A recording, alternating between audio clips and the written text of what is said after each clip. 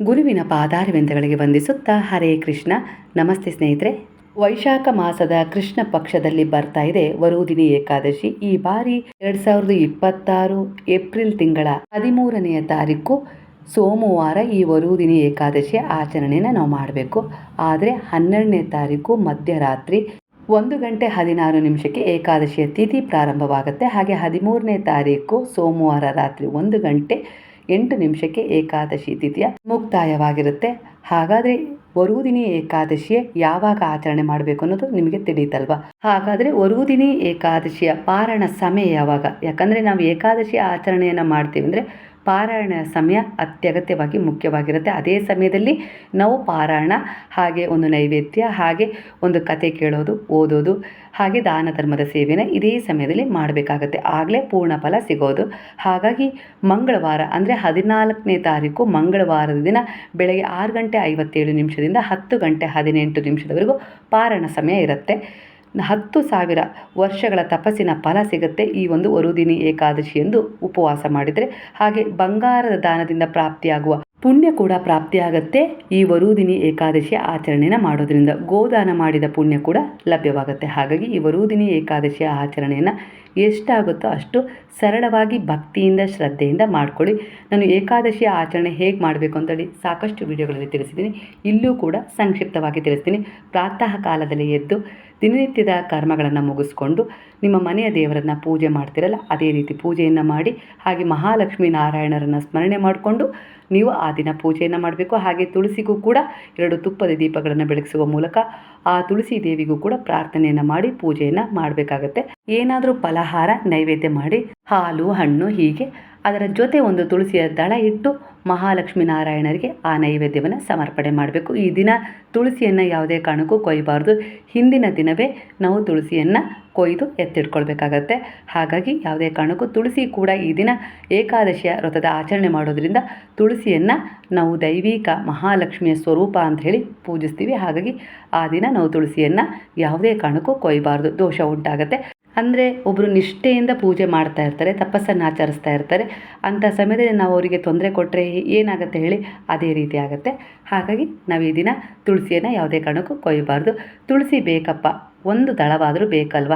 ಆ ಸಮಯದಲ್ಲಿ ಏನು ಮಾಡಬೇಕು ಅಂದರೆ ತುಳಸಿಯ ಬುಡದಲ್ಲಿ ಒಣಗಿದ ತುಳಸಿಯ ಎಲೆಗಳು ಬಿದ್ದಿರ್ತವೆ, ಅವುಗಳನ್ನು ಕೂಡ ತೆಗೆದು ತೊಳೆದು ಪೂಜೆಗೆ ಬಳಸ್ಕೊಳ್ಬೋದು. ನೈವೇದ್ಯ ಮಾಡಲಿಕ್ಕೂ ಕೂಡ ಬಳಸ್ಕೊಳ್ಬೋದು. ಯಾಕಂದರೆ ಅದು ತುಳಸಿಯ ಗಿಡದ ಕೆಳಗೆ ಬಿದ್ದಿರುತ್ತೆ, ಆ ಜಾಗ ಕೂಡ ಪವಿತ್ರವಾಗಿರುತ್ತೆ. ಹಾಗಾಗಿ ಅದು ತುಳಸಿಯೇ ಮೊದಲು ಪವಿತ್ರ ಅಲ್ವಾ? ಹಾಗಾಗಿ ಅದು ಉಪಯೋಗಕ್ಕೆ ಬರುತ್ತೆ. ಈ ದಿನದ ಮಟ್ಟಿಗೆ ನೀವು ಅದನ್ನು ಬಳಸ್ಕೊಳ್ಬೋದು. ಸರಳವಾಗಿ ಪೂಜೆ ಮಾಡಿಕೊಳ್ಳ್ರಿ, ಆದರೆ ಭಕ್ತಿ ಇರಲಿ, ಶ್ರದ್ಧೆ ಇರಲಿ. ಯಾರಿಗೂ ಕೆಟ್ಟದನ್ನು ಬಯಸೋದು ಬೇಡ, ಮನಸ್ಸಲ್ಲೂ ಕೂಡ ಕೆಟ್ಟದನ್ನು ಇಟ್ಕೊಳ್ಬಾರ್ದು, ಯೋಚಿಸಬಾರ್ದು. ಹರಿನಾಮ ಸ್ಮರಣೆ ನಾಲಿಗೆ ನುಡಿತಾನೆ ಇರಬೇಕು. ಹರೇ ರಾಮ ರಾಮ ರಾಮ ಹರೇ ಹರೇ, ಹರೇ ಕೃಷ್ಣ ಕೃಷ್ಣ ಕೃಷ್ಣ ಹರೇ ಹರೇ ಅನ್ನುವ ಈ ಮಂತ್ರವನ್ನು ಎಷ್ಟು ಸಾಧ್ಯ ಆಗುತ್ತೋ ಅಷ್ಟು ಸಾರಿ ಜಪಿಸ್ತಾ ಆ ದೇವರ ಸ್ಮರಣೆಯನ್ನು ಮಾಡ್ತಾ ಈ ಏಕಾದಶಿ ಅಂದರೆ ಈ ವರುದಿನಿ ಏಕಾದಶಿ ಆಚರಣೆನ ನೀವು ಮಾಡಬೇಕು. ಉಪವಾಸ ಮಾಡಿದರೆ ತುಂಬ ಉತ್ತಮ. ನೀರನ್ನು ಸೇವನೆ ಮಾಡಿ ಉಪವಾಸ ಮಾಡ್ಬೋದು. ಆಗದೇ ಇರೋರು ಹಾಲು ಹಣ್ಣು ಸೇವನೆ ಮಾಡಿ ಉಪವಾಸವನ್ನು ಮಾಡ್ಬೋದು. ಮಾತ್ರೆ ಏನಾದರೂ ತಗೊಳ್ಳೋದು ಇರುತ್ತೆ ಅಂದವರು ನಾವು ಹೇಗೆ ಮಾಡಬೇಕು ಅಂದರೆ ಅನ್ನವನ್ನು ತ್ಯಜಿಸಿ ಚಾಬಕ್ಕಿಯ ಕಿಚಡಿ ಅಥವಾ ಪಾಯಸವನ್ನು ಮಾಡಿಕೊಂಡು ನೀವು ಅದನ್ನು ತಗೊಂಡು ನಂತರ ಮಾತ್ರೆಯನ್ನು ಸೇವಿಸ್ಬೋದು. ಶಕ್ತರು ನಾವು ಉಪವಾಸ ಮಾಡ್ತೀವಿ ಅಂದರೆ ಖಂಡಿತ ಮಾಡಿ ಪುಣ್ಯವನ್ನು ಸಂಪಾದನೆ ಮಾಡ್ಕೊಳ್ಬೋದು. ಈ ದಿನ ತಾಮಸ ಆಹಾರ ತಗೊಳ್ಬಾರ್ದು, ಮದ್ಯ ಸೇವನೆ ಮಾಡಬಾರ್ದು, ಮಾಂಸಾಹಾರ ಸೇವನೆ ಮಾಡಬಾರ್ದು, ಕೆಟ್ಟದನ್ನು ಬಯಸಬಾರ್ದು, ಕೆಟ್ಟದನ್ನು ಮಾತನಾಡಬಾರ್ದು. ಎಷ್ಟಾಗುತ್ತೋ ಅಷ್ಟು ಭಗವತ್ ಚಿಂತನೆಯಲ್ಲಿ ಕಾಲವನ್ನು ಕಳಿಬೇಕು. ನಾಮಸ್ಮರಣೆ ಮಾಡಬೇಕು, ಭಗವದ್ಗೀತೆ ಓದೋದು, ಹಾಗೆ ವಿಷ್ಣು ಸಹಸ್ರನಾಮ ಪಠಣೆ ಮಾಡೋದಾಗಿರ್ಬೋದು. ಈ ರೀತಿಯಾಗಿ ನಾವು ಭಗವಂತನ ಸ್ಮರಣೆಯನ್ನು ಮಾಡಬೇಕಾಗತ್ತೆ. ಈ ದಿನ ಈರುಳ್ಳಿ ಬೆಳ್ಳುಳ್ಳಿ ಸೇವನೆ ಮಾಡಬಾರ್ದು, ಯಾಕಂದರೆ ಇವು ತಾಮಸ ಆಹಾರಕ್ಕೆ ಸೇರಿರುತ್ತೆ. ಹಾಗಾಗಿ ನಮಗೆ ಪೂಜೆ ಮಾಡಲಿಕ್ಕೆ ಆಗೋದಿಲ್ಲ, ಅವಕಾಶ ಇಲ್ಲ ಡೇಟ್ ಆಗಿದ್ದೀನಿ, ಇಲ್ಲ ನಮ್ಮ ಮನೆಯಲ್ಲಿ ಮಾಡೋ ಹಾಗಿಲ್ಲ, ಏನೋ ಒಂದು ಸಮಸ್ಯೆ ಎದುರಾಗಿದೆ, ನಾವು ಉಪವಾಸ ಮಾಡಿದರೂ ಕೂಡ ಪುಣ್ಯ ಲಭ್ಯವಾಗುತ್ತಾ ಅಂದರೆ ಖಂಡಿತವಾಗಿಯೂ ಹರಿನಾಮ ಸ್ಮರಣೆ ಮಾಡ್ತಾ ಉಪವಾಸ ಮಾಡಿದರೂ ಕೂಡ ನೀವು ಪುಣ್ಯವನ್ನು ಸಂಪಾದನೆ ಮಾಡ್ಬೋದು. ಇಲ್ಲಾಂದರೆ ನಿಮ್ಮ ಕೈಯಿಂದ ಒಂದು ಮುಷ್ಟಿ ಅಷ್ಟು ತುಳಸಿಯನ್ನು ಕೊಂಡು ಅದನ್ನು ಗುರುವಿನ ಮಂದಿರಕ್ಕೆ ತಗೊಂಡೋಗಿ ಕೊಟ್ಟರೂ ಕೂಡ ಈ ದಿನ ನಿಮಗೆ ಸಂಪೂರ್ಣವಾಗಿ ಗುರುವಿನ ಕೃಪೆ ಲಭ್ಯವಾಗುತ್ತೆ. ಅದರ ಜೊತೆ ಮಹಾಲಕ್ಷ್ಮೀ ನಾರಾಯಣರ ಕೃಪೆ ಕೂಡ ನಿಮಗೆ ಸಿಗುತ್ತೆ. ಇದು ವರುದಿನಿ ಏಕಾದಶಿಯ ಒಂದು ಸರಳ ಆಚರಣೆ ಆಗುತ್ತೆ.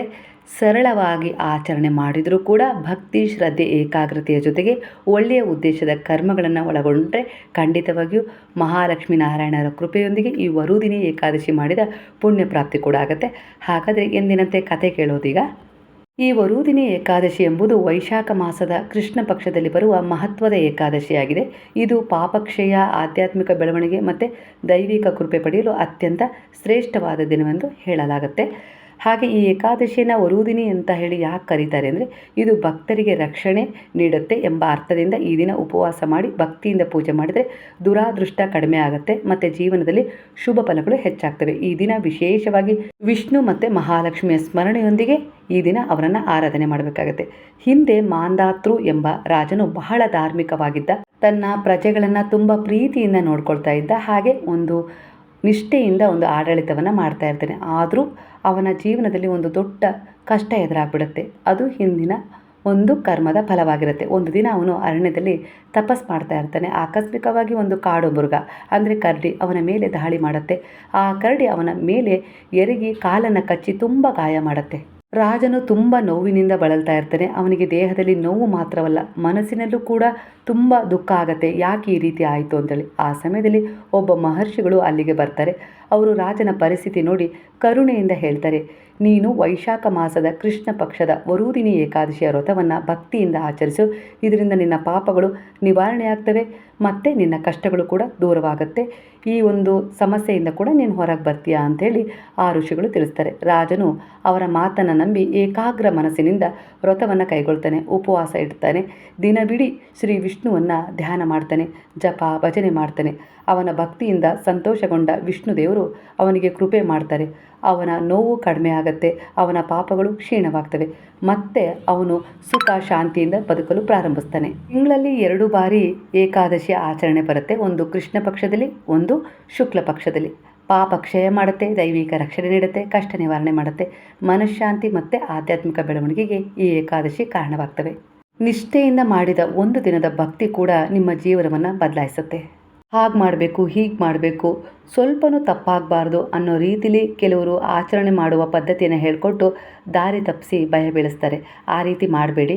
ನೀವು ಕೂಡ ಭಯಪಡೋದೇನು ಬೇಡ. ನಿಷ್ಠೆಯಿಂದ ಪ್ರಾಮಾಣಿಕವಾಗಿ ನಿಮ್ಮ ಕೈಲಿ ಎಷ್ಟು ಸಾಧ್ಯ ಆಗುತ್ತೋ ಅಷ್ಟು ಸರಳವಾಗಿ ಪೂಜೆ ಮಾಡಿಕೊಂಡು ಮಹಾವಿಷ್ಣುವನ್ನು, ಮಹಾಲಕ್ಷ್ಮಿಯನ್ನು ಸ್ಮರಣೆ ಮಾಡ್ತಾ ಯಾರಿಗೂ ಕೂಡ ಕೆಟ್ಟದನ್ನು ಬಯಸದೆ ನಿಮ್ಮ ಕೈಲಾದ ನೈವೇದ್ಯವನ್ನು ಸಮರ್ಪಣೆ ಮಾಡಿ, ನೀವು ಪಾರಾಯಣದ ಸಮಯದಲ್ಲಿ ಪಾರಾಯಣ ಮಾಡಿ, ಆ ಸಮಯದಲ್ಲಿ ಏನಾಗುತ್ತೋ ಅದನ್ನು ನೈವೇದ್ಯ ಮಾಡಿ.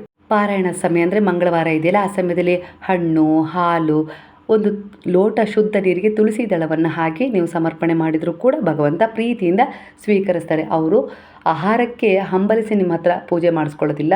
ಅವ್ರ ಹತ್ರ ಎಲ್ಲ ಇದೆ. ಅವರು ನಮಗೆಲ್ಲವನ್ನು ಅವರೇ ಕೊಟ್ಟವರು ಅಲ್ವಾ. ಅವರು ನಿಮ್ಮ ನಿಷ್ಕಲ್ಮಶವಾದ ಭಕ್ತಿಯನ್ನು ಕೇಳ್ತಾರೆ. ಹಾಗಾಗಿ ಭಯ ಬೀಳುವ ಅವಶ್ಯಕತೆ ಏನಿಲ್ಲ. ನಿಷ್ಠೆಯಿಂದ ಮಾಡಿ, ಖಂಡಿತ ಒಳ್ಳೆಯದಾಗುತ್ತೆ. ಭಗವಂತ ಯಾವತ್ತೂ ಭಯದಿಂದ ಪ್ರೀತಿಯನ್ನು ಸ್ವೀಕರಿಸೋದಿಲ್ಲ. ಪ್ರೀತಿಯಿಂದ ಭಕ್ತಿಯಿಂದ ನೀವು ಮಾಡಿದ ಒಂದು ಸೇವೆಯನ್ನು ಸ್ವೀಕರಿಸ್ತಾರೆ. ಅದರ ಆಧಾರಿತವಾಗಿ ನಿಮ್ಮ ಕೈಲಾದ ಒಂದು ಸೇವೆಯನ್ನು ಮಾಡಿ. ನಿಮಗೆ ಪೂಜೆ ಮಾಡಲಿಕ್ಕೂ ಅವಕಾಶ ಇಲ್ಲ ಅಂದರೆ ಅವರ ನಾಮಸ್ಮರಣೆಯನ್ನು ಮಾಡ್ತಾ ಉಪವಾಸ ಇದ್ದು ನೀವು ಹಾಲು ಹಣ್ಣು ಸೇವನೆ ಮಾಡಿ ಆ ವರುದಿನಿ ಏಕಾದಶಿಯ ಪಾರಾಯಣದ ಸಮಯದಲ್ಲಿ ಅದನ್ನೂ ಮಾಡೋಕ್ಕಾಗಲ್ಲ ಅಂದರೆ ಆ ಸಮಯದಲ್ಲಿ ಯಾರಿಗಾದರೂ ನಿಮ್ಮ ಕೈಲಾದ ದಾನವನ್ನು ಮಹಾವಿಷ್ಣುವನ್ನು, ಮಹಾಲಕ್ಷ್ಮಿಯನ್ನು ಸ್ಮರಣೆ ಮಾಡಿಕೊಂಡು, ಗುರುವನ್ನು ಸ್ಮರಣೆ ಮಾಡಿಕೊಂಡು ಕೊಟ್ಟರೂ ಕೂಡ ಖಂಡಿತವಾಗಿಯೂ ಆ ಒಂದು ವರುದಿನಿ ಏಕಾದಶಿ ವ್ರತದ ಆಚರಣೆ ಮಾಡಿದ ಸಂಪೂರ್ಣ ಫಲ ಸಿಗತ್ತೆ. ಮನಸ್ಸಿನ ನಿಷ್ಕಲ್ಮಶವಾದ ಭಾವಕ್ಕೆ ಭಗವಂತ ಒಲಿಯೋದು ಅಲ್ವಾ, ಆಡಂಬರಕ್ಕಲ್ಲ. ಹಾಗಾಗಿ ಭಯವಿಲ್ಲದೆ ಈ ಒಂದು ವರುದಿನಿ ಏಕಾದಶಿ ಆಚರಣೆನ ಮಾಡಿ. ಮಾಹಿತಿ ಇಷ್ಟವಾಗಿದ್ದರೆ ಯಾರಿಗಾದರೂ ಶೇರ್ ಮಾಡಬೇಕು ಅಂತ ಹೇಳಿ ಅನಿಸಿದರೆ ಖಂಡಿತ ಶೇರ್ ಮಾಡಿ. ಹಾಗಾದರೆ ಎಲ್ಲರೂ ಸೇರಿ ಹೇಳೋಣ, ಹರೇ ರಾಮ ರಾಮ ರಾಮ ಹರೇ ಹರೇ, ಹರೇ ಕೃಷ್ಣ ಕೃಷ್ಣ ಕೃಷ್ಣ ಹರೇ ಹರೇ, ಹರೇ ಸಾಯಿ ಸಾಯಿ ಸಾಯಿ ಹರೇ ಹರೇ, ಹರೇ ಬಾಬಾ ಬಾಬಾ ಬಾಬಾ ಹರೇ ಹರೇ, ಹರೇ ದತ್ತ ದತ್ತ ದತ್ತ ಹರೇ ಹರೇ.